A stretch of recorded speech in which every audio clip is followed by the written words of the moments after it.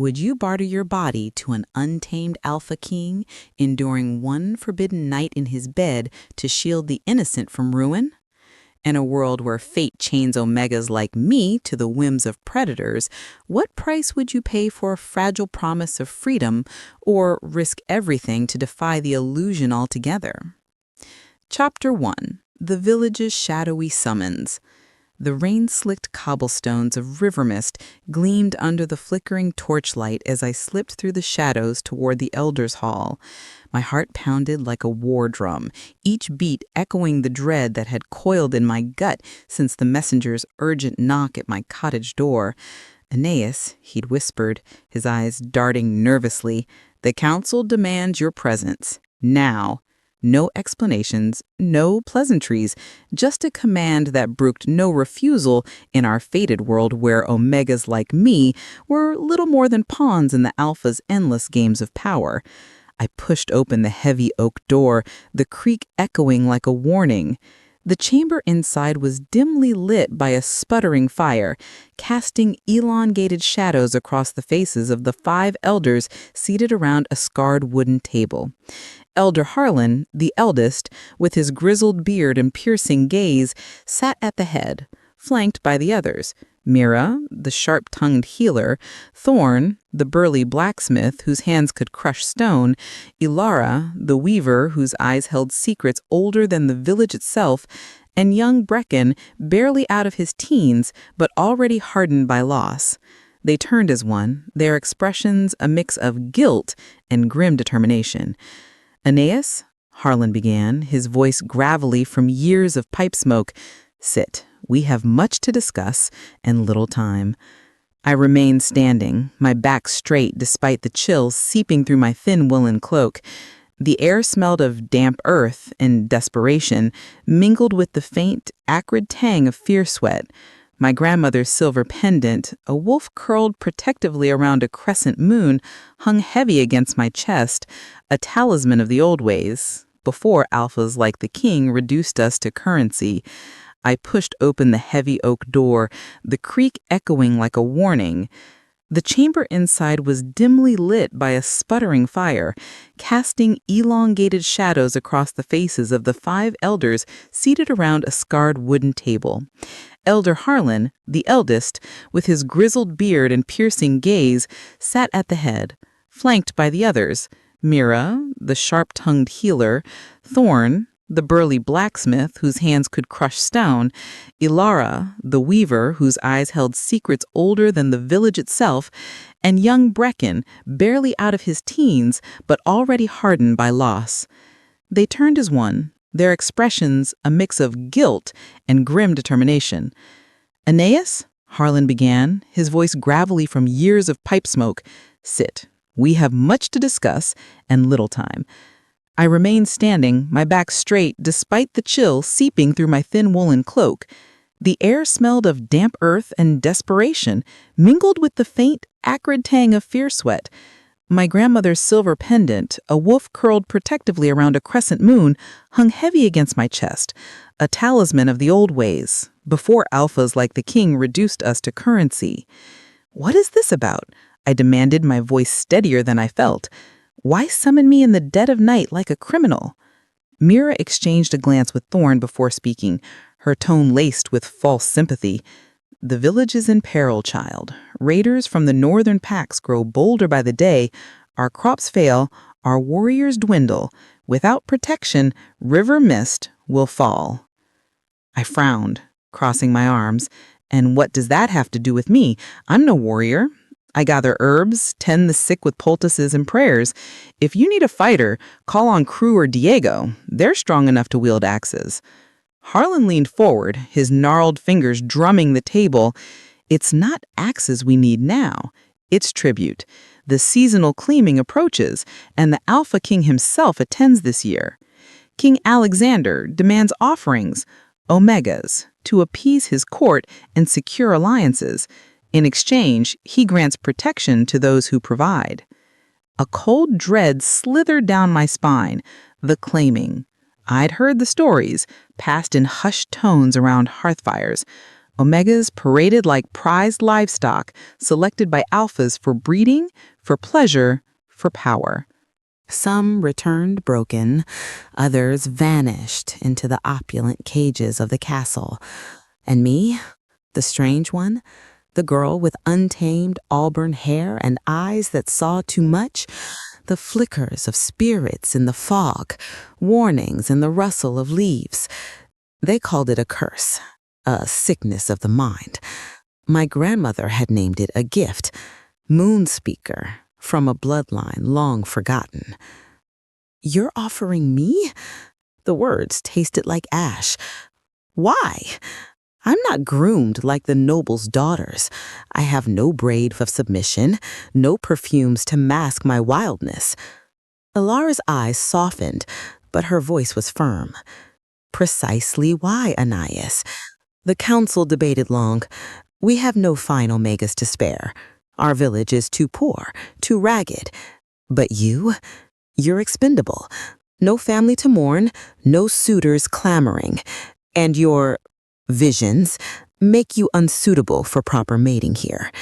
The king will likely overlook you, a token gesture to fulfill the tribute.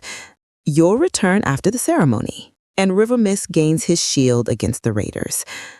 Expendable. The word struck like a slap. I clutched the pendant, feeling its engraved edges bite into my palm.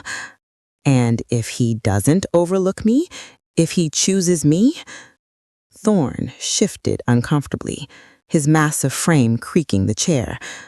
Then, you serve. One night, perhaps more, in his bed. But think of the village, the children, the elders. Without his protection, the northern alphas will burn us to the ground. We've seen it in other hamlets. Women claimed, men slaughtered, lands razed. Brecken, silent until now, met my gaze with a flicker of regret. He was the closest thing I had to a friend, having shared secrets in the forest edges where I communed with the unseen. It's not fair, Anais, but the ancient laws bind us.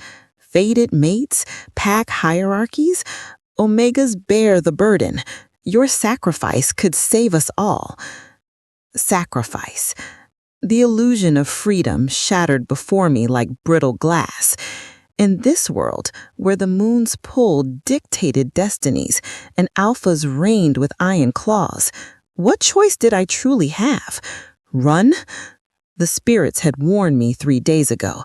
Shadowy figures in my dreams, murmuring of men at my door, of chains disguised as choices. Ignore them and doom the innocents, or submit, trading my body for a veil of safety. Harlan slid a parchment across the table, sealed with the village crest. The letter accompanies you. It explains your defects. He'll reject you, send you back, but our obligation is met. Defects. My visions, my independence, they saw them as flaws, insults to fleeing at the king. Humiliation burned in my chest, hot and fierce. And if I refuse, the room grew colder. Mira's lips thinned. Then we offer Claire or Esme instead. Young, fertile, valuable to us, but you'd condemn them and the village to ruin. Is that the freedom you crave? I stared at the flickering flames, seeing visions dance in the embers, a grand hall, a predator's gaze, a bed of shadows where desire and power collided. The dangerous line between surrender and destiny loomed, challenging everything I thought I knew about liberty. "Fine," I whispered, the word a surrender of its own. "I'll go. But remember this, elders, my heart remains my own. You cannot take it unless I give it." As I turned to leave, the weight of their desperate plans settled on my shoulders like a shroud. The illusion of freedom, it had never been real. But in the Alpha King's domain, I might just forge my own path, or shatter, trying. Chapter 2. Arrival at the Claiming Hall. The iron gates of the Alpha King's fortress loomed like the jaws of a beast as the cart jolted to a stop. My wrists, bound loosely with ceremonial cords, chafed beneath the coarse wool of my gown, a stark contrast to the silken finery I knew awaited inside. The journey from River Mist had been a blur of muddy roads and the creak of wheels, my heart pounding with the spirit's warnings from last night's dreams, shadows of a grand hall, a gaze that pierced like a blade. I clutched my grandmother's pendant, the silver wolf curled around a crescent moon, grounding me as I stepped onto the cold stone path leading to the seasonal claiming. The grand hall was a cavern of opulence, its vaulted ceiling draped with crimson and gold banners that shimmered in the torchlight. The air was thick with scents, pine from the towering beams, wax from dripping candles, and a primal undercurrent of alpha musk that set my nerves alight. I was ushered into a line of omegas, their silken dresses gleaming, their hair woven into intricate braids adorned with jewels. Claire's golden curls caught the light, her serene smile practiced. Esme's dark eyes remained downcast but sharp, calculating. Juliana radiated confidence in her emerald gown, her posture perfect. They were noble daughters, groomed from childhood to please, their skin perfumed with lavender and rose. And then there was me. Anais, the outcast of River Mist, my auburn hair loose and untamed, my gown plain, still dusted with forest earth. I was an Omega by birth, but not by training, marked by visions the village called a curse, and my grandmother named a gift, Moonspeaker. "Stand straight, girl," hissed the handler, a severe woman with iron-gray hair, her fingers digging into my shoulder. I bit the inside of my cheek, tasting the metallic tang of fear. Respect was for those not bartered like livestock. My eyes flicked to the other Omegas, their poise a silent rebuke to my wildness. I was here as River Mist's expendable offering, a defective Omega, meant to be overlooked, securing the village's protection without true sacrifice. But the spirit's whispers gnawed at me. What if the king didn't overlook me? The hall thrummed with a primal energy, making my skin prickle. Alphas lined the walls, their broad shoulders draped in furs, their eyes gleaming with predatory hunger. Some bore scars from battles, others the sleek arrogance of nobility, but all carried the same aura of dominance, their gazes raking over us like wolves sizing up prey. The societal pressures of this fated world pressed down on me, ancient laws that bound Omegas to serve, to submit, to exist for the pleasure and power of alphas. River Mist's elders had gambled on my strangeness, my visions of spirits in the fog, to ensure my rejection. But the weight of their bargain felt like chains, trapping me in this agonizing choice: endure the night, hope to be ignored, or face a fate I couldn't yet fathom. I shifted, my bare feet cold against the polished stone floor, and caught a familiar face across the hall. Brecken stood among the lesser betas, his youthful features taut with guilt. He'd been at the elders' meeting, had seen my humiliation when they labeled me expendable. "I'm sorry," he mouthed, his eyes pleading, but the words were hollow against the reality of this moment. I turned away, my fingers tightening around the pendant. My grandmother's voice echoed in my mind. "Your heart is the one thing they cannot take unless you surrender it." But could I hold fast when every instinct screamed to flee? The massive oak doors at the far end of the hall groaned open, and a hush fell, heavy as a storm cloud. The air seemed to still, every breath held captive. The Alpha King was coming. My pulse raced, a frantic rhythm against the pendant's cool metal. This was the moment. Stand in the line, be overlooked, return to River Mist with the king's protection secured. Or be chosen and face a night in his bed where desire and power collided, threatening to unravel everything I was. Chapter 3. The Alpha's Piercing Gaze. The grand hall of the Alpha King's fortress pulsed with a primal energy that made my skin crawl, the air heavy with the mingled scents of pine, wax, and alpha musk. I stood in the line of Omegas, my plain woolen gown a stark contrast to the silken dresses of Claire, Esme, and Juliana, their perfumed skin and jeweled braids gleaming under the torchlight. My auburn hair hung loose, untamed, marking me as River Mist's outcast, the defective Omega sent as a token offering meant to be overlooked to secure the village's safety. My fingers clutched my grandmother's pendant, the silver wolf in crescent moon, a silent anchor against the rising tide of dread.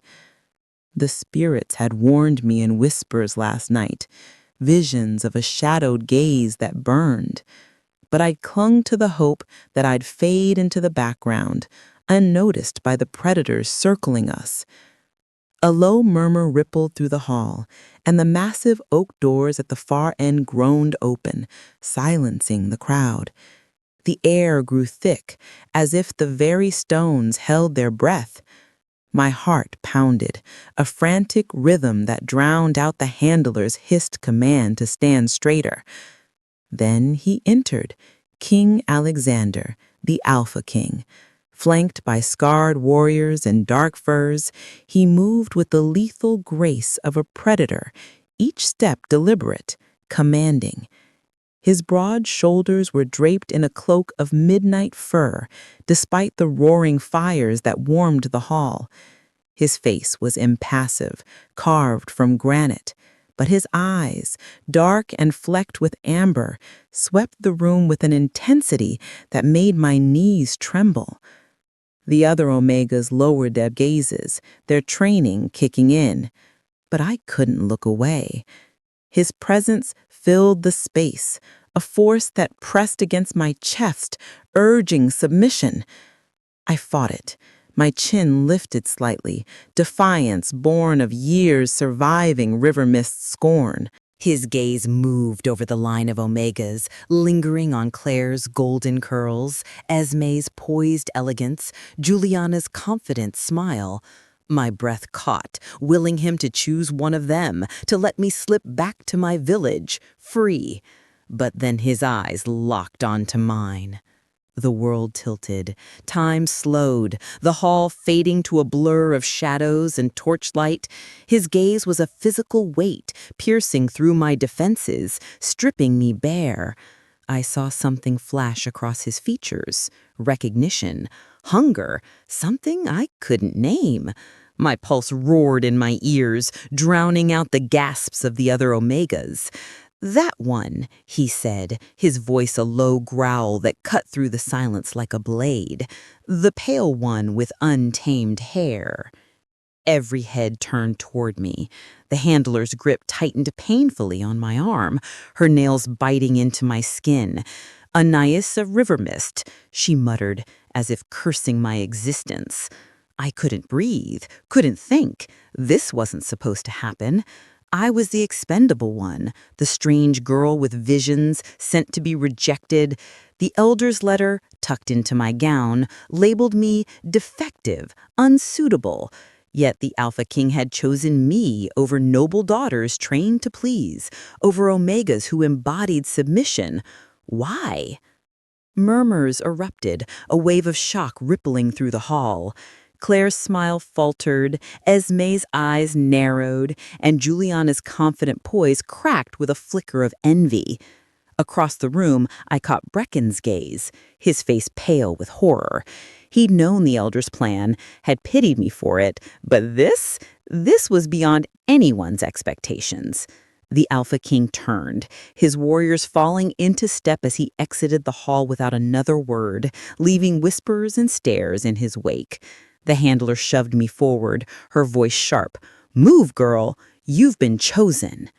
My legs moved of their own accord, each step a descent into a whirlwind of fear and confusion. The pendant burned against my chest as if my grandmother's spirit sensed the danger. Chosen. The word echoed like a death knell. I'd come here hoping to be invisible, to fulfill the elders' bargain and return to River Mist with their protection secured. Now, I was marked by the Alpha King's piercing gaze, singled out for reasons I couldn't fathom. Was it my defiance, my strangeness, or something deeper, something tied to the spirit's warnings? As the handler dragged me toward the corridor leading to his chambers, I realized the agonizing choice I'd feared was no longer a distant threat. It was here, now, and the Alpha King's eyes had already claimed me in ways I wasn't prepared to face. Chapter 4. Escorted to his chambers.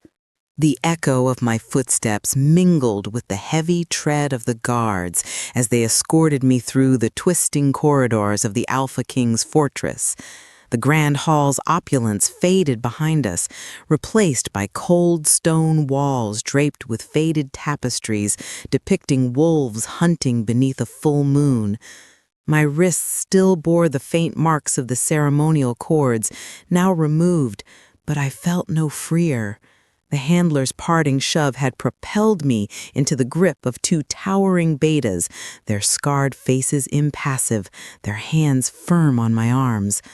I was Anais of River Mist, the defective Omega chosen by King Alexander, and each step toward his chambers felt like a march toward a fate I couldn't escape. The air grew warmer, thick with the scent of polished wood and distant fires, but it did nothing to thaw the chill in my bones. My plain woolen gown clung to my skin, damp from nervous sweat, a stark contrast to the silken finery of the Omegas I'd stood beside. My auburn hair, loose and tangled, brushed my shoulders, a reminder of my otherness. My fingers found my grandmother's pendant, the silver wolf and crescent moon a familiar weight against my chest. Your heart is the one thing they cannot take unless you surrender it, she'd whispered before her death. But as the guards' boots echoed in the dim corridor, I wondered if my heart could withstand what lay ahead. "Don't try running," the taller guard grunted, his voice rough but tinged with something like pity. He was broad, with a jagged scar across his jaw, his dark eyes avoiding mine. The king doesn't tolerate disobedience. The other, shorter but no less imposing, snorted. As if she'd get far. No one escapes these walls unless King Alexander wills it. His words landed like stones, each one sinking my hopes deeper into despair. Alexander. The name alone conjured the image of his piercing gaze in the hall, the way it had locked onto me, shattering my plan to be overlooked. Why me? The elder's letter, tucked into my gown, branded me defective, a moon speaker, cursed with visions of spirits. They'd expected rejection, not selection. Now my village's safety hung on my compliance, and the thought of running sparked both longing and dread. My mind raced with possibilities. The corridor branched left toward a shadowed alcove. Could I slip free there? Dash through a servant's passage? Find a window? Climb the outer walls? But the spirit's warnings from my dreams haunted me. Shadowy figures, a predator's eyes, chains disguised as choices. If I fled, what would become of River Mist? The elders had been clear. Without the Alpha King's protection, northern raiders would raze our homes, claim our women, slaughter our men. Children like little Leela, who brought me wildflowers, or old widow Mara, who shared her scarce bread, would suffer for my defiance. I clutched the pendant piter, its edges biting into my palm, grounding me against the urge to bolt. The corridor widened, revealing a massive door carved with wolves chasing a moon across a star-strewn sky. My breath hitched. This was it, the Alpha King's chambers. The taller guard knocked firmly, then stepped back. "Wait here," he instructed, his tone softer now, as if he sensed my trembling. The shorter guard smirked, muttering something about Omegas knowing their place, before they both retreated down the corridor, their footsteps fading into silence. I was alone, facing the door, the weight of my choice crushing me. Run or stay? Freedom or duty? My village had called me expendable, yet here I was, chosen by the most powerful alpha in the land. If I ran, I might reach the forest, hide among the spirits I alone could see. But the cost, River Mist's destruction, the blood of innocents on my hands was too heavy. I pressed my forehead against the cool wood of the door, willing my heart to slow. The pendant warmed against my skin, as if my grandmother's spirit urged courage. I couldn't undo the king's choice, but I could face it on my terms. One night, the elders had said, endure and return free. But as the door loomed before me, I feared what awaited inside wasn't just a night. It was a test of everything I was. Chapter 5. The Unexpected Proposition. The heavy door to the Alpha King's chambers swung open, releasing a wave of heat that felt like stepping into a forge. I hesitated at the threshold, my fingers clutching my grandmother's pendant. The silver wolf and crescent moon, my only anchor in this storm of uncertainty. The guard's final warning, "Wait here," echoed in my mind, but there was no turning back. "Enter," came a voice, low and commanding, devoid of warmth, yet impossible to defy. My legs moved before my mind could catch up, carrying me into a chamber vast enough to swallow my entire River Mist cottage. Furs blanketed the stone floor, a massive bed of carved tree trunks dominated one wall, and a roaring fire cast flickering shadows across weapons and maps adorning the walls. King Alexander stood by a table laden with fruits, meats, and wine, his ceremonial fur shed to reveal a linen shirt stretched taut over broad shoulders. He was younger than I'd expected, but no less dangerous, his amber-flecked eyes studying me with unnerving intensity. I stopped a few paces in, my plain woolen gown still damp from the journey, my auburn hair a tangled mess. I was Anais, the defective Omega, chosen inexplicably over noble daughters in the claiming hall. The weight of that moment, his piercing gaze locking onto mine, still churned my stomach with fear and confusion. "You haven't been prepared properly," he observed, his voice sharp as he took in my unadorned appearance. "Which village sent you?" "River Mist," I answered, surprised my voice held steady despite the tremor in my limbs. "We had little warning of the tribute requirements." He laughed, a harsh sound without humor. "Tribute. Is that what they called it?" He stepped closer, and I fought the urge to retreat, my fingers tightening around the pendant. "What's your name, Omega?" "Anais," I said, lifting my chin slightly. "Anais of River Mist." He repeated my name, as if tasting it, his eyes never leaving mine. "Do you know why you're here, Anais of River Mist?" I swallowed, the stories from River Mist's hearths flashing through my mind.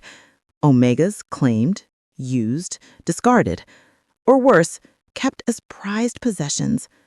"Because my village traded me for your protection, to appease you." His eyes narrowed, a predator assessing prey. "They sent a letter with their offering. Do you know what it said?" I shook my head, a chill creeping up my spine. He stepped closer still, close enough that I could feel the heat radiating from him. "It said their tribute was defective, that you carry a sickness of the mind, visions that make you unsuitable. They expected you to be rejected, a worthless gesture to fulfill their obligation without losing anyone valuable."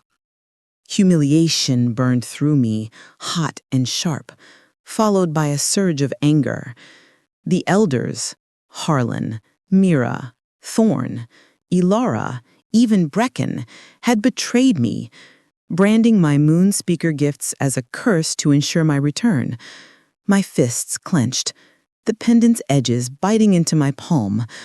"I didn't ask to be here," I snapped, my voice trembling now. "Send me back, keep me or kill me, whatever fits their insult." Something flickered in his eyes, surprise perhaps at my defiance. "No punishment for you," he said after a moment, his tone softer, but laced with a predator's edge. "As for your village," he smiled, all teeth, and turned to pour wine into 2 goblets. "I have a proposition for you, Anais of Rivermest, a chance to secure your freedom and your village's safety." My heart stuttered. "What kind of proposition?" He extended a goblet toward me, his movements deliberate. "Spend the night in my bed. If you endure until dawn without fleeing, I'll set you free. No claiming, no binding. You return to Rivermist, and I'll ensure their protection, despite their discourtesy." I stared at him, searching for the trap. "Just sleep beside you?" His laugh was deep, startling in its warmth. Heat flooded my cheeks as his meaning sunk in. He watched me, unyielding, as I took the goblet, our fingers brushing, sending a jolt through me that I refused to acknowledge. "And if I refuse?" "Then you return to Rivermist now," he said, his voice hardening. "But my protection is withdrawn. Other alphas would gladly claim your territory, and they won't be as merciful." The choice was no choice at all. Rivermist's children, its elders, depended on me. Without protection, raiders would descend, leaving blood and ash. I took a sip of wine, the bitter liquid steadying me. "One night," I repeated, testing the words. "And I'm free. No claiming bite, no binding?" He nodded, his expression unreadable. "One night. Your courage for your freedom." I set the goblet down, my resolve hardening even as fear gnawed at me. The spirit's warnings echoed, shadows, chains, a predator's gaze, but I had no other path. "What happens now?" I asked, my voice barely above a whisper. Alexander's eyes darkened, tracking my lips as they touched the goblet's rim. "Now we wait for nightfall, and then, Anais of Rivermist, we discover what you're truly made of." Outside, the sun dipped toward the horizon, painting the sky in violent crimson. In hours, I'd face his bed, his touch, testing my resolve against the bargain that could save or doom me. The pendant warmed against my skin, a reminder of my grandmother's strength. I was no noble's daughter, no trained Omega, but I was Anais, moon speaker, and I would endure. Chapter 6. Revelations by the Fire. The Alpha King's chamber glowed with the warm flicker of the fire, its massive hearth casting dancing shadows across the stone walls adored with weapons and maps. The air was heavy with the scent of burning cedar and the faint tang of wine, but it was the presence of King Alexander that filled the space, his amber-flecked eyes tracking my every move. I paced the fur-strewn floor, my bare feet silent against the soft pelts, my plain woolen gown a stark contrast to the opulence around me. The bargain he'd proposed, endure one night in his bed for my freedom and Rivermist's safety, hung between us like a blade, sharp and inescapable. My fingers clutched my grandmother's pendant, the silver wolf and crescent moon grounding me as the sun sank outside, drawing nightfall closer. Alexander sat by the fire, one arm draped over the carved armrest of a wooden chair, his linen shirt open at the collar, revealing the edge of a scar across his chest. He watched me pace, his gaze not predatory now, but curious, almost amused. "Are you mapping an escape route, Anais of River Mist?" he asked, his voice low, tinged with a warmth that unsettled me more than his earlier commands.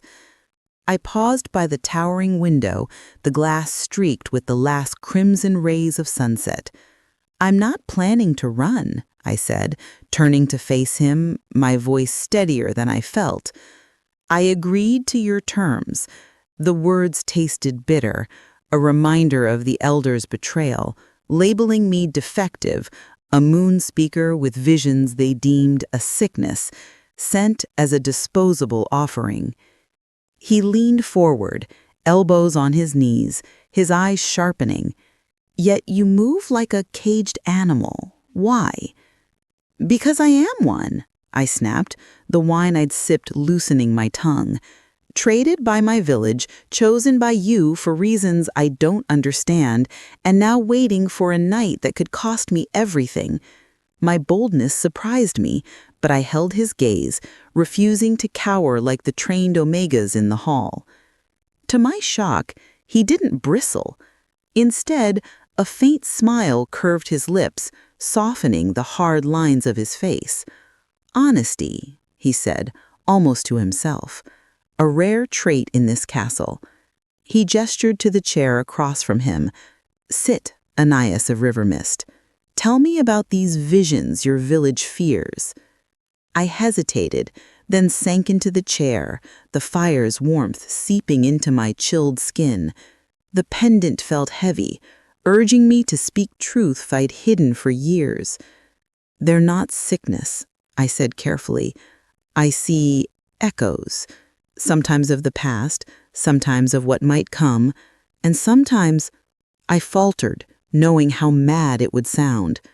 "Go on," he prompted, his voice unexpectedly gentle, leaning closer as if drawn by my words.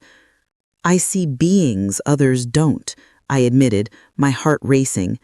"Spirits in the forests, the rivers, the stones. They speak without words, guiding me, warning me of danger, showing me which paths to avoid, which herbs heal or harm." I waited for his dismissal, the accusations of madness I had heard in River Mist. Instead, Alexander's eyes gleamed with recognition. "Moon speakers," he murmured, a foreign term yet familiar from my grandmother's tales. "An ancient bloodline, rare among omegas, once revered, now reviled by those too ignorant to understand." He rose, crossing to a shelf where he retrieved a leather-bound tome, its pages yellowed with age. "Your council knows nothing of what they've sent me." I leaned forward, curiosity overriding fear. "You know of moon speakers?" he said, returning to his chair, the book unopened in his hands. "My mother spoke of them," he said. "She was no Omega, but she studied the old ways, before alphas turned omegas into commodities. She said moon speakers were bridges to the unseen, advisors to kings." His voice softened, a flicker of pain crossing his features. "She died when I was young, but her stories stayed with me." I traced the pendant's edges, my grandmother's voice echoing in my mind. "My grandmother had the same gift.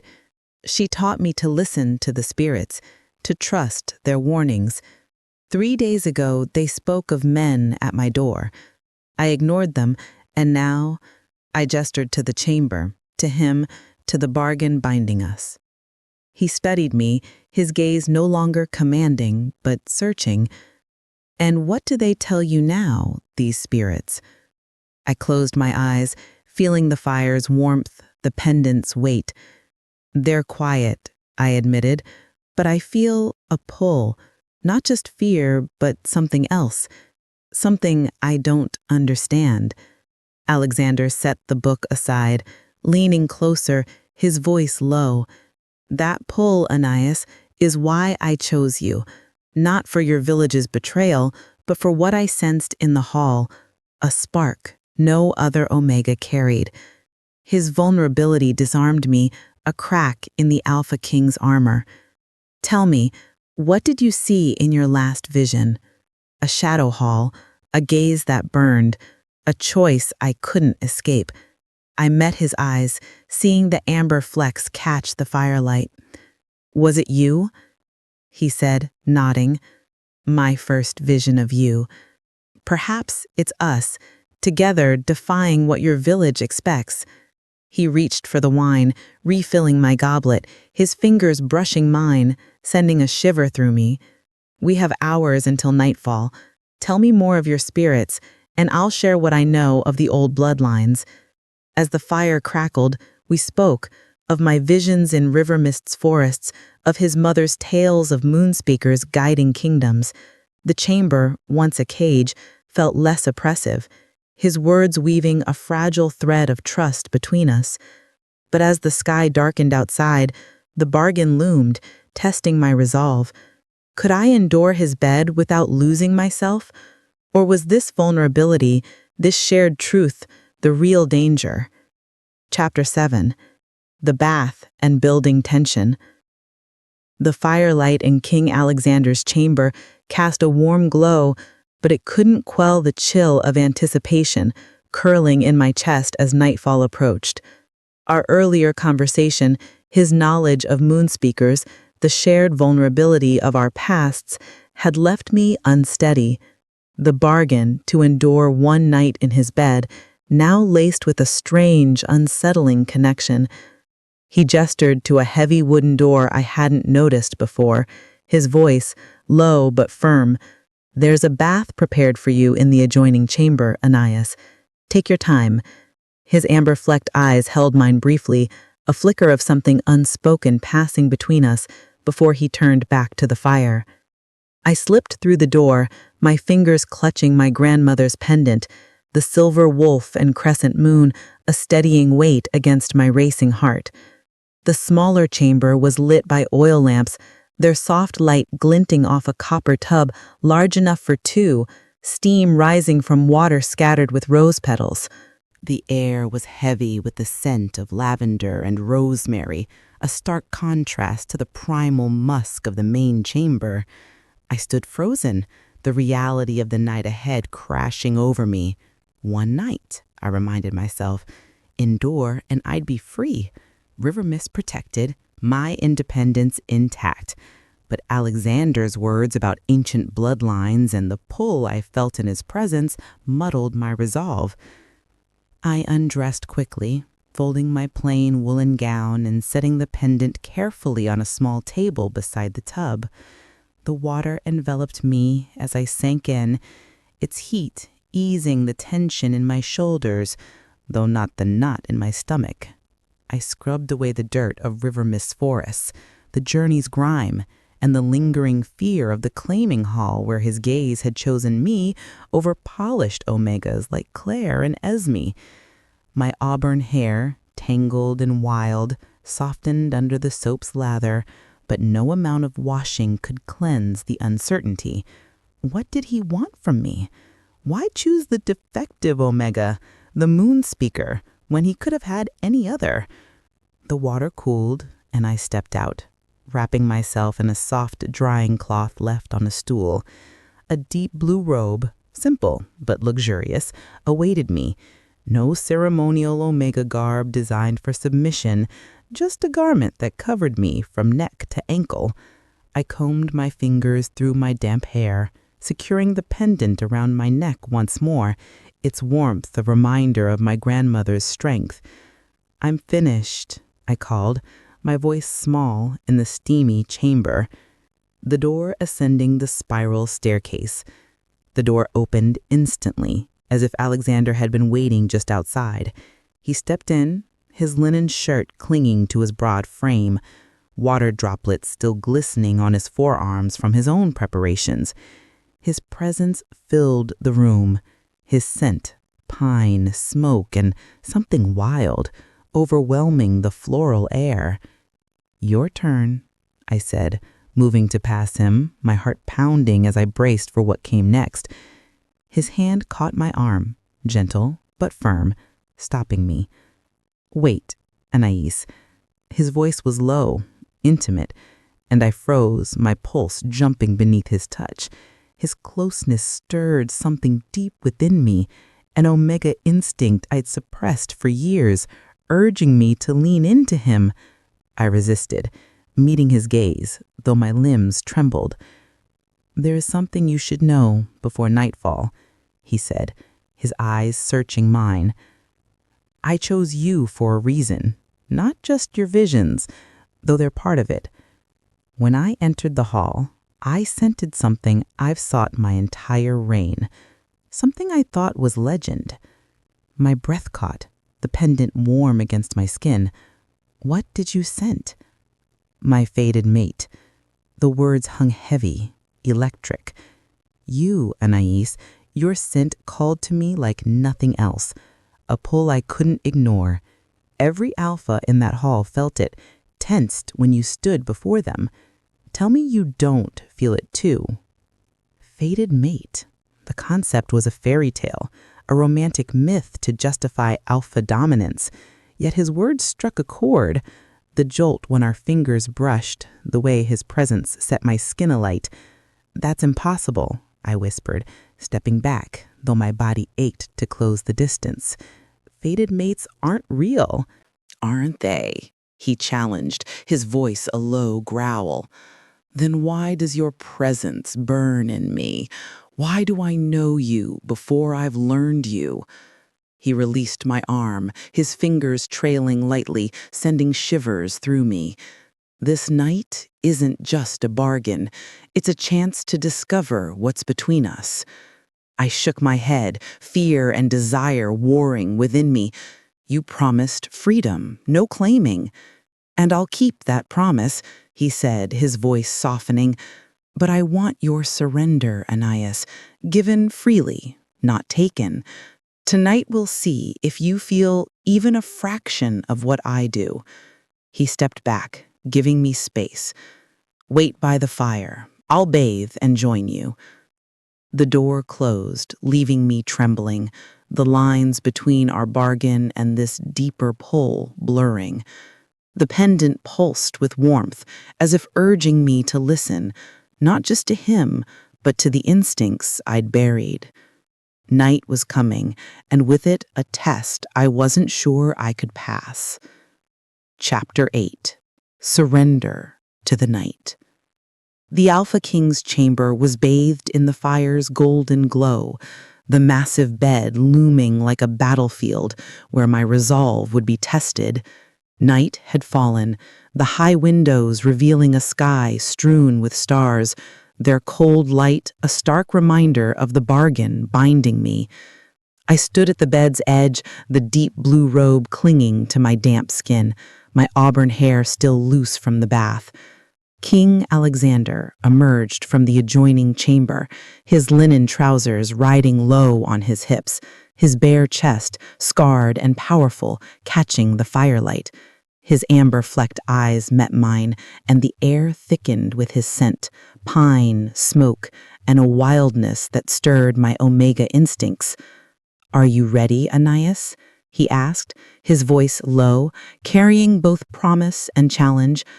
I clutched my grandmother's pendant, the silver wolf and crescent moon grounding me against the storm of emotions within.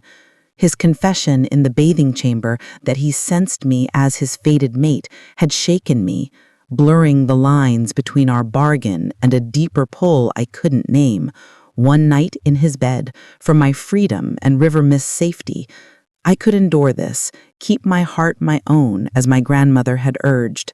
Yet, as he approached, his presence overwhelming, I felt the first sparks of something dangerous, desire warring with resistance. He stopped before me, close enough that I could feel the heat radiating from his skin. "You can still walk away," he said, though his eyes betrayed a hunger that belied his words. "But you know the cost." River Mist's children, its elders, flashed through my mind. Lila's wild flowers, Widow Mara's bread. I couldn't abandon them to raiders. I agreed to your terms, I said, my voice steady despite the tremor in my hands. Let's begin. His lips curved, not quite a smile, and he gestured to the bed. Then come, little moon speaker.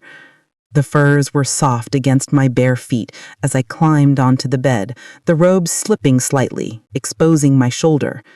He followed, his movements deliberate, stretching out beside me, propped on one elbow. His free hand hovered above my collarbone, a question in his gaze. May I touch you? The request startled me. Alphas took. They didn't ask. I nodded, unable to trust my voice, and his fingers traced a gentle path along my collarbone, sending shivers cascading down my spine. The touch was electric, igniting a warmth that spread through me, conflicting with the fear that screamed to pull away. I was Anais, the outcast, the defective Omega who spoke to spirits, not a trained mate to melt under an alpha's touch. Yet my body responded, leaning into his warmth despite my mind's protests. "You're trembling," he murmured, his fingers trailing to my shoulder, then down my arm, mapping my skin with a tenderness that disarmed me. "Is it fear or something else?" "Both," I admitted, my voice barely a whisper. His touch was unraveling me, each brush stoking a fire I'd never known. I wanted to resist, to cling to the independence I'd fought for in River Mist, but his scent enveloped me, urging surrender. My Omega instincts, long buried, surged to life, recognizing something in him. Mate, the word whispered unbidden in my mind. His hand paused at my wrist, his thumb tracing circles that sent heat pooling low in my belly. "I scented you in that hall," he said, his voice rough with restraint. "Like moonlight, wild and untamed. No other Omega called to me like you." His words stirred something deep, a connection I couldn't deny. Yet I fought it, clinging to the bargain's terms. Endure, don't feel. I turned my face away, focusing on the fire's flicker. "This is just a deal," I said, more to myself than to him. "One night, and I'm free." His fingers tilted my chin back, forcing me to meet his gaze. "Is it?" he challenged, his eyes burning. "Tell me you feel nothing, Anais." I couldn't lie, not when his touch set my skin ablaze, not when his presence drowned out the spirit's warnings. Instead, I pressed my hand to his chest, feeling the steady beat of his heart beneath the jagged scar. The contact grounded me, but also deepened the pull, my resistance fraying. His hand slid to my waist, the robe parting slightly, and I gasped as his fingers brushed bare skin. "Let me show you," he whispered, leaning closer, his breath warm against my neck. The kiss he pressed there was soft, tentative, yet it sent a jolt through me, desire crashing against my resolve like waves on a cliff. I gripped the furs, fighting to hold myself together, to endure without losing the core of who I was. As his lips traced my pulse, I felt the night shift, not just a bargain, but a battle between my heart and my freedom. Could I survive this without surrendering everything? Chapter 9. Waves of Desire and Doubt. The Alpha King's bed enveloped me in its furs, the firelight casting a warm glow over the carved wooden posts as the night deepened. King Alexander's presence was a force beside me, his bare skin radiating heat, his amber-flecked eyes locked on mine with an intensity that made my breath catch. The bargain, one night in his bed for my freedom and River Mist's safety, had brought me here, but his touch was unraveling me in ways I hadn't anticipated. His fingers, gentle yet deliberate, traced the curve of my waist through the parted blue robe, each contact igniting a spark that threatened to consume my resolve. I was Anais the Moonspeaker, the outcast of River Mist, who'd vowed to keep her heart her own. Yet the pull of his scent, pine, smoke, and wildness, stirred my Omega instincts, urging me toward a surrender I feared. His lips found my throat, grazing the sensitive skin where my pulse raced, and I gasped, the sound involuntary. The pleasure was immediate, a wave that crashed over my preconceptions of what this night would be. In River Mist, I'd heard whispers of Omegas as vessels for alpha desire, their submission a transaction, not a choice. But Alexander's touch was different, reverent, almost worshipful, as if he sought not just my body, but something deeper. His hand slid lower, cupping my hip, and my body arched toward him despite my mind's protest. "Anais," he murmured against my skin, his voice rough with restraint. "You're so responsive, like you were made for me." The words sent a shiver through me, desire warring with doubt. My fingers clutched my grandmother's pendant, the silver wolf and crescent moon a lifeline to my identity. I'd come to endure, to secure my freedom, not to feel this connection that felt too vast, too consuming. "This is just the bargain," I whispered more to myself than to him, trying to anchor myself to the plan. One night, nothing more. His eyes darkened, but he didn't pull away. Instead, his hand moved to my cheek, his thumb brushing my lips, sending another jolt of heat through me. "Is it?" he challenged softly. "Tell me you don't feel this, little Moonspeaker."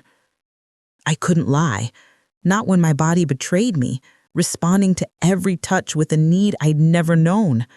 My Omega nature, suppressed for years to survive River Mist scorn, surged toward him, recognizing something I refused to name. Fated mate, he'd called me, and though I dismissed it as legend, the truth of it pulsed in my veins. His lips claimed mine, the kiss slow and deliberate, deepening as his tongue explored with a hunger that stole my breath. I moaned, my hands finding his shoulders, nails digging into scarred flesh as I pulled him closer, unable to resist the tide of sensation. He broke the kiss, trailing his mouth down my jaw, my collarbone, each touch stoking a fire that threatened to burn away my defenses. "Let go," he whispered, his hand slipping beneath the robe, finding the sensitive skin of my inner thigh. The intimacy was overwhelming, sparking pleasure so intense I cried out, my body trembling under his skilled fingers. Fear clawed at me, sharp and cold. This wasn't just physical. It was a bond, growing stronger with every touch, threatening the freedom I'd planned to reclaim. In River Mist, I'd been the strange girl, isolated for my visions, my independence hard-won through years of whispers and rejection. To surrender to this, to him, felt like betraying that fight. Yet as his fingers moved, coaxing waves of pleasure that made my toes curl, my preconceptions crumbled. This wasn't the cold transaction I'd feared, but something alive, mutual, terrifying in its intensity. "Cotton," I gasped, his name slipping out as the pleasure built. A precipice I'd never reached before. My body wanted to fall, to give in, but my mind screamed to hold back, to protect the part of me that was Anais, not just an Omega in an Alpha's bed. His eyes met mine, fierce with desire, but tempered with something softer, care, perhaps, or hope. "You're safe with me," he murmured, his voice a low growl. "Let yourself feel." I turned my face into the furs, torn between the ecstasy of his touch and the dread of losing myself. The emerging bond was undeniable, a thread weaving us together, but it threatened everything I'd planned: freedom, independence, a life unclaimed. As his touch pushed me closer to that edge, I wrestled with the fear that this night wasn't just a bargain, but a turning point, one that could bind me to him forever, or set me free in ways I hadn't imagined. Chapter 10. Confessions in the Afterglow. The furs of King Alexander's bed were warm against my skin, the firelight casting soft shadows across the chamber as the night stretched on. My body still hummed from the intensity of our intimacy, waves of pleasure that it left me trembling, breathless, and dangerously close to losing myself to the bond I felt growing between us. He lay beside me, his broad frame propped on one elbow, his amber-flecked eyes softened by the afterglow. No longer the cold predator from the claiming hall, but a man who had unraveled me with both touch and restraint. I clutched my grandmother's pendant, the silver wolf and crescent moon grounding me as I fought to hold on to the plan. Endure this night, secure my freedom, and protect River Mist. But the quiet moments now, with his scent, pine, smoke, and wildness lingering on my skin, made me question everything. Alexander's hand rested lightly on my waist, his touch no longer demanding, but gentle, almost reverent. "You're still here, little moon speaker." I turned my head to meet his gaze, my auburn hair spilling across the furs. "I made a bargain," I said, though the words felt hollow. The pleasure he'd drawn from me had shaken my resolve, blurring the line between duty and desire. His lips curved, a rare, genuine smile that softened the scars on his face. "I wouldn't want you any other way." He shifted closer, his fingers tracing idle patterns on my hip, sparking a shiver I couldn't suppress. "Tell me about River Mist, not the village, the girl who survived it." The question caught me off guard, peeling back layers I'd kept hidden. I stared at the fire, its crackle filling the silence. "My parents died when I was 12, taken by fever. My grandmother raised me, taught me about the spirits, my visions, moonspeaker gifts, she called them. But the village, they saw me as cursed, the strange girl who spoke to empty air, who drew symbols in the dirt to appease forest spirits. They kept their distance, whispered behind their hands. Even Brecken, the closest I had to a friend, couldn't fully bridge that gap." His fingers paused, his expression darkening. "You were alone."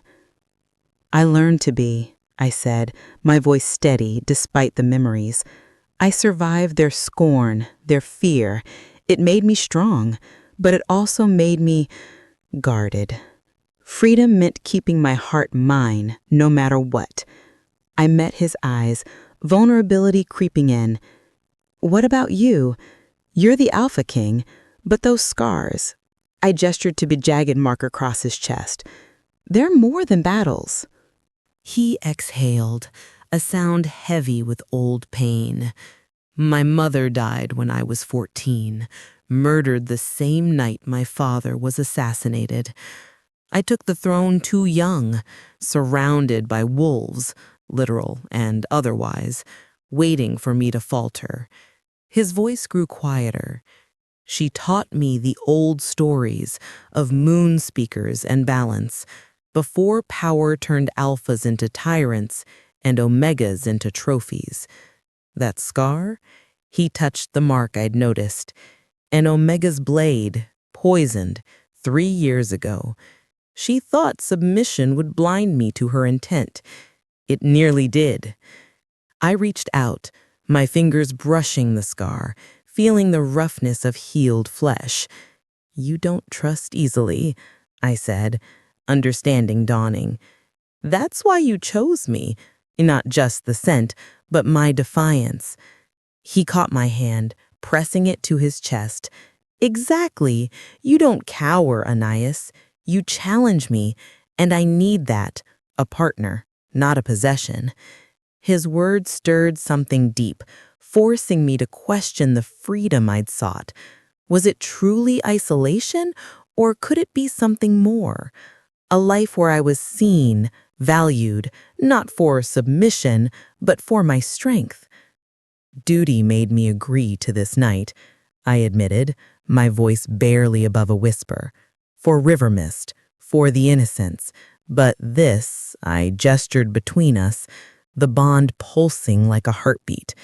It makes me wonder if freedom means being alone, or if it could mean belonging. His eyes softened, hope flickering. Love doesn't bind you, Anais. It frees you to be more. He leaned closer, his breath warm against my temple. Stay, and we'll find out together. The pendant warmed against my skin, as if my grandmother approved. Duty, love, freedom, their costs tangled in my mind, each confession drawing me closer to a choice I wasn't ready to make. As his lips brushed my forehead, gentle yet possessive, I wondered if this afterglow wasn't just a pause, but a turning point that could redefine everything I thought I wanted. Chapter 11. The Heart of Sight Awakens. The fire in King Alexander's chamber had dimmed to embers, casting a faint glow over the furs where we lay, our bodies still entwined from the night's passion. My skin hummed with the memory of his touch, each moment deepening the bond I both craved and feared. I was Anais, the moon speaker, Rivermist's outcast, here to endure one night for my freedom and my village's safety. But his words, fated mate, partnership, not possession, had shaken my resolve, leaving me teetering between independence and something more. As dawn approached, Alexander stirred, his amber-flecked eyes meeting mine. He said, "There's something you need to see, something that might explain what's between us." I slipped into the blue robe, my grandmother's pendant, the silver wolf and crescent moon, warming against my chest, as I followed him to a heavy wooden door on the chamber's far side. My bare feet patted softly on the stone, the air growing cooler as he opened it, revealing a narrow spiral staircase carved into the fortress's heart. "Where are we going?" I asked, clutching the pendant, its familiar weight steadying my racing heart. "To the truth," he replied cryptically, taking a lamp from the wall, its flame casting flickering shadows on the stone. "Trust me, Anais." His vulnerability, so unlike the commanding Alpha King, drew me forward, and we climbed in silence, the staircase winding upward, each step amplifying the hum of anticipation in my veins. We emerged into a circular chamber, stark and austere compared to the opulence below. Bare stone walls were lined with shelves of ancient books and scrolls, their leather bindings cracked with age. In the center stood a pedestal bearing a crystal orb the size of 2 fists, its surface clouded with swirling mist. Power pulsed in the air, raising the hairs on my arms, and I felt the spirit's presence, their whispers faint but urgent. "What is this place?" I whispered, drawn to the orb's subtle glow. "The seer's chamber," Alexander said, setting the lamp on a table, "built centuries ago by the first Alpha King and his mate, a moon speaker like you. This," he gestured to the orb, "is the heart of sight, a relic from when Alphas and Omegas ruled as equals before power corrupted the balance." His eyes held mine, intense yet vulnerable. "It responds only to those with true sight. In 3 generations, it has never stirred, until now." I approached the pedestal, the orb's mist swirling faster, blues and silvers bleeding into the grayness. "It's reacting to me," I said, my voice trembling as the spirit's whispers grew louder, urging me forward. "What does it do?" he said, stepping beside me. "It amplifies a moon speaker's gifts. It shows the path ahead, but only when touched by fated mates, an alpha of royal blood and a moon speaker." His words carried weight, a challenge to the independence I'd clung to. "Touch it with me, Anais. If nothing happens, you walk away knowing this was just desire, but if it responds—" I hesitated, my hand hovering over the crystal. If it confirmed his claim, that we were fated. Could I still choose freedom? And if I leave, even if it shows we're fated, I asked, needing clarity. Pain flashed across his face, quickly masked. I'll honor your choice, but I'd ask for time, not claiming, but courtship, to show you being my mate means partnership, not loss. His offer, so unlike an alpha's demand, stirred hope I hadn't expected. Together, I whispered, pressing my palm to the cool crystal. He mirrored me, his hand opposite mine, and light exploded from the orb, blinding and radiant. Visions flooded my mind.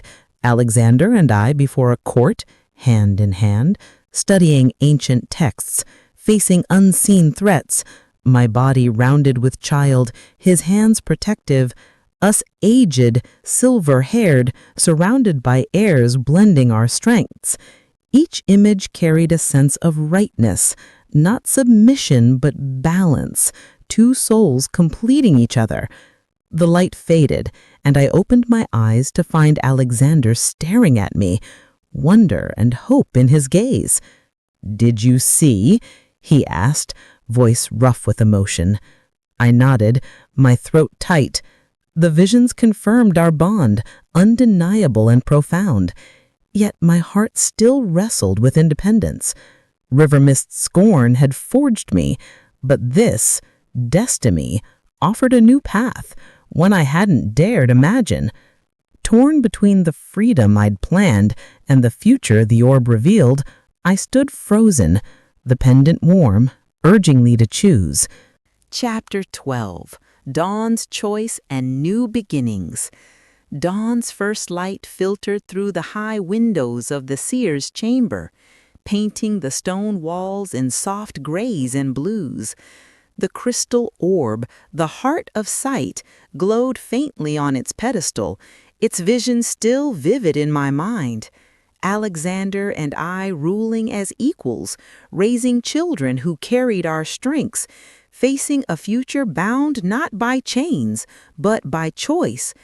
I stood by the narrow window, the cool air brushing my skin through the blue robe, my grandmother's pendant, a silver wolf curled around a crescent moon, warm against my chest.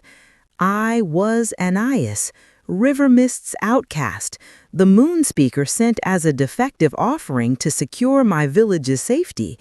Yet here, in the Alpha King's fortress, I'd found something I never expected, a bond that challenged my every notion of freedom. Alexander stood beside me, his presence steady but not imposing, his amber-flecked eyes watching me with a vulnerability that belied his title.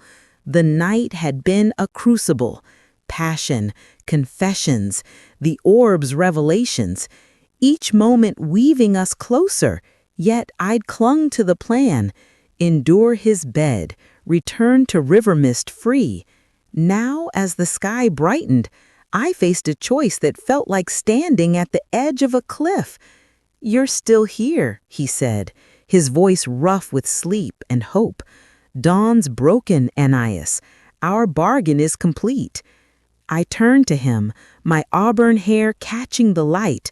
"I endured," I said, the words heavy with the weight of what had passed. His touch, his stories of loss, the visions of a shared destiny. My voice wavered, betraying the turmoil within. The elders had betrayed me, labeling me defective, but this man, this king, had seen my gifts, my fire, and called me his fated mate. He stepped closer, his scarred chest bare, his expression guarded. "I keep my word. You can return to River Mist, and I'll ensure their safety." Pain flickered in his eyes, quickly masked. "But I'd ask you to consider another path. Stay, Anais. Be my queen, my partner, my equal." The word equal struck me, a concept foreign in a world where omegas were possessions. I clutched the pendant, my grandmother's voice echoing. "Your heart is the one thing they cannot take unless you surrender it. But surrender wasn't what he asked for. It was partnership, a life where my visions, my strength would be valued, not scorned. The court won't accept an Omega Queen, I said, voicing my fear. They'll see me as a threat, a moon speaker who defies their traditions. His smile was predatory, yet warm. Let them try to oppose us. Together, we'll show them what balance looks like. He reached for my hand, his touch gentle, grounding. I want you, Anais, not for your title or your gifts, but for your courage, your fire, the woman who met my gaze when others cowered. My heart raced, the orb's visions flashing again. Us, silver-haired, surrounded by heirs, facing threats, hand in hand. Freedom, I'd thought, was isolation, the solitary life I'd carved in river mist despite whispers and rejection. But standing here, his warmth beside me, I saw a new kind of freedom, one born of mutual recognition, of choosing a partner who saw all of me. I won't go back to river mist, not permanently. I'll visit, gather my things, explain to those who showed me kindness. But I'll stay. Because I choose you, Alexander, not because I'm bound. Joy blazed in his eyes, and he pulled me into his arms, his embrace both fierce and tender. My moon speaker, my queen, he murmured against my hair. I lifted my face, meeting his lips in a kiss that sealed promises, not chains. My king, my mate, I whispered back, the words a vow of my own. As we descended the spiral staircase, hand in hand, the pendant pulsed with warmth, as if my grandmother blessed this path. I'd entered this fortress expecting to endure, to sacrifice. Instead, I'd found a destiny where my strangeness was a gift, my independence a strength. Freedom wasn't solitude. It was this, a partnership forged in fire and choice. Thank you for joining Anais and Alexander's journey in this tale of love, fate, and defiance. If their story moved you, hit that like button to show your support. Share it with friends who crave paranormal romance, and subscribe for more chapters of passion and power. Your voice matters. Join the pack.